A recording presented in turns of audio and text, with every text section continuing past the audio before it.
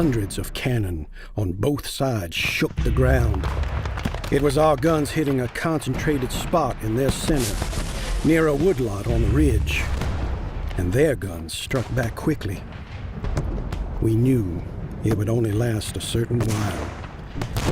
And then we would be going in.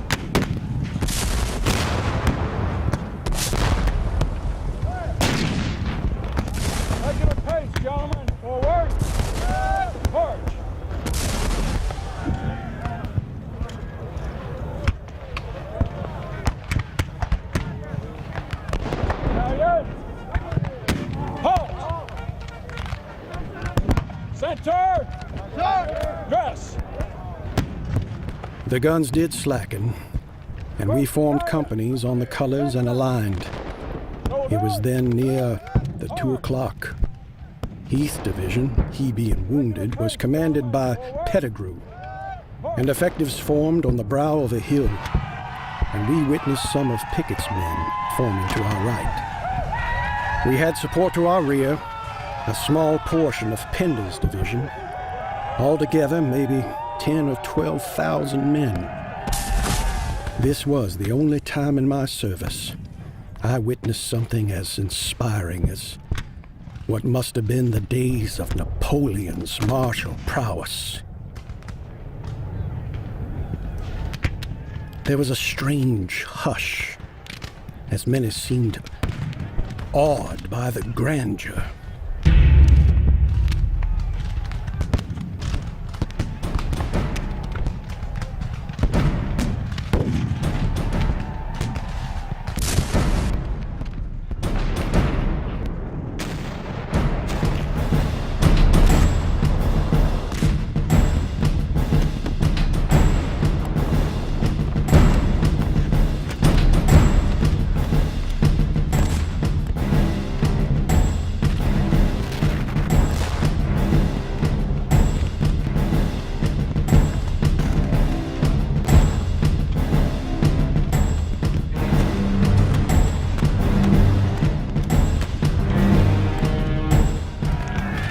The scene of those Rebs advancing down those first rolling hills was breathtaking, grim, and fearsome.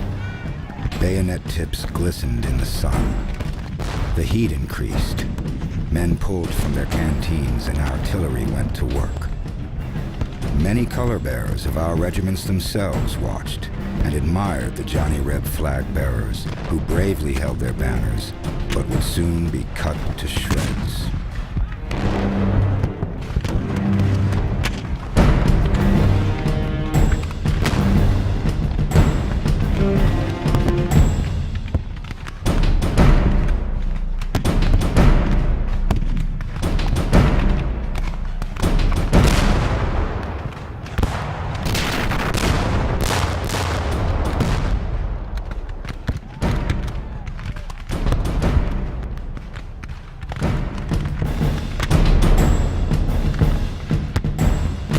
Our men went forward with all the martial spirit in the world. That lasted for about 5 minutes until the Federal artillery gained our time and hit us. Men hunched, collectively picked up the pace and rolled forward like veterans. At the right shoulder, arms. Men fell from spherical case, bursting almost on top of our weathered hats, speckled by their brother's blood. It was desperate and perfectly ridiculous by the time we neared the Emmitsburg Road fence.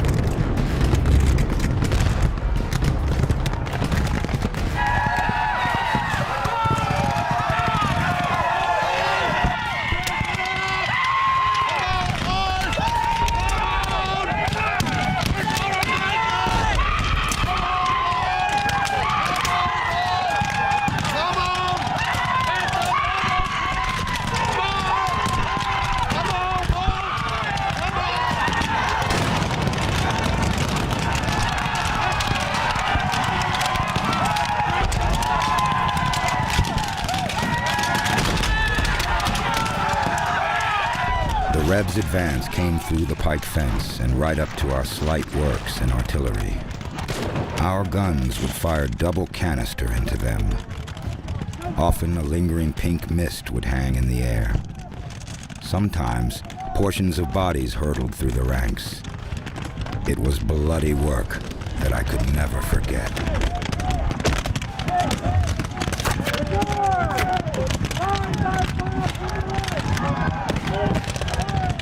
Pickett's division, the brigades of Kemper and Garnett, were cut to ribbons. Their support brigade under Armistead actually made steam and pushed through the lines at an angle. Mississippians on our left were decimated by flanking fire by some Ohio troops, and so raced ahead to a white barn.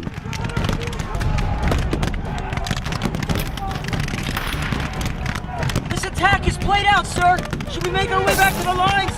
That's one hellish field to make our way over a second time. Never trouble through the lines. Sir?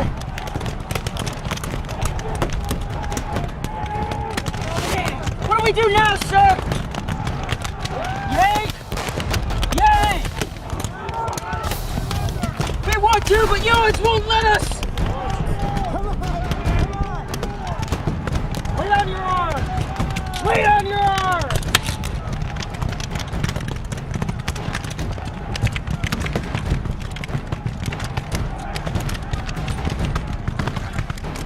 Some other troops, Tar Heels of the same 26th North Carolina of that boy colonel, raced forward into the jaws of Yankee guns. I was game with my leg, and when encouraging my men across the pike, was struck by a canister round that fractured my hip. While lying there, I was struck upon the crown of my head by a spent Mini. I managed to pull two bodies over me for protection. Remembering the sad story of the Berkeley brothers, it made me think some ghastly realities. Whole families of men ceased to exist that day.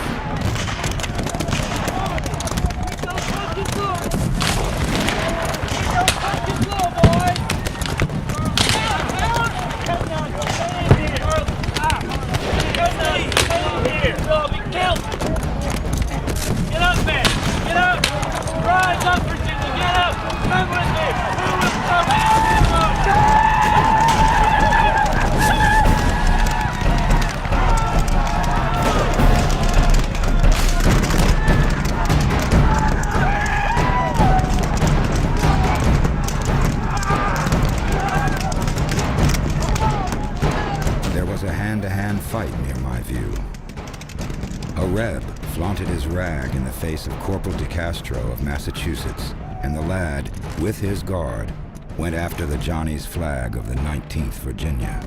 Come on! They broke our line! Keep moving! Look at that rebel rag! Stay here! What is it?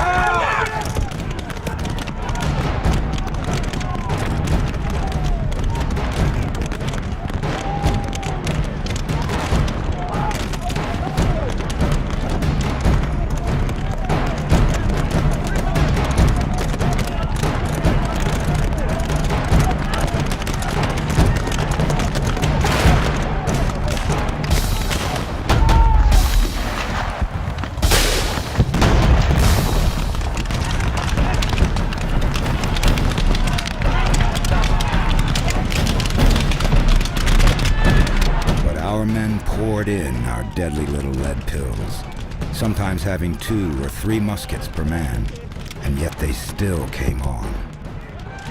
Nearby, portions of graybacks broke through, but found troops ready to pounce upon them.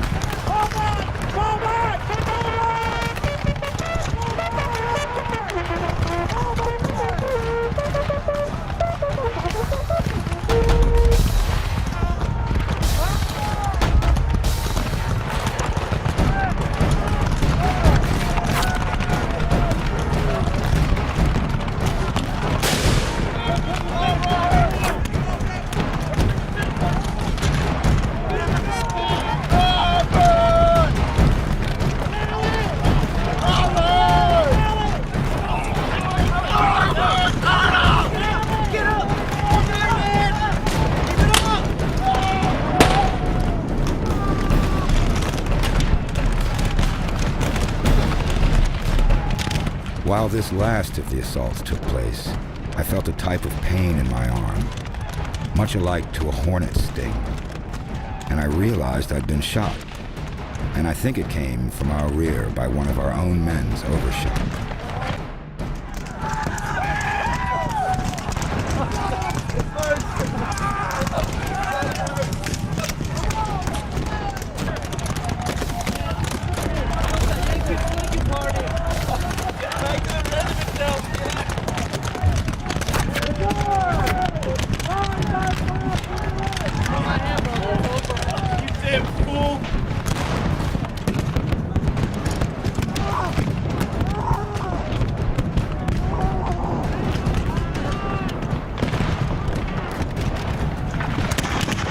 It was done.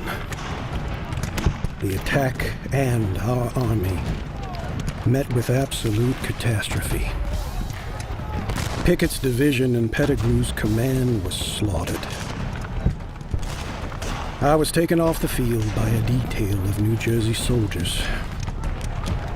Must have been close to 1,000 of our men who, unwounded, were taken, and thousands more badly wounded were gently gathered. We all were deposited at hospitals, at the huge Pennsylvania barns that dotted the landscape.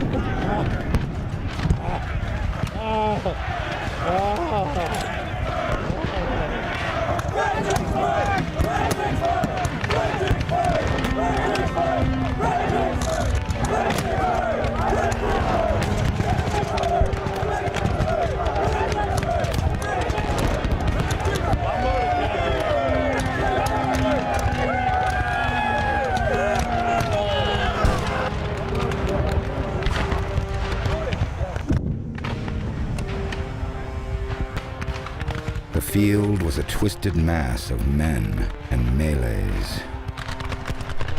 An officer got me to the rear just as the last attacks petered out. As I went past the hills and the army's rear, I could hear an audible "Fredericksburg, Fredericksburg," being called out by our men.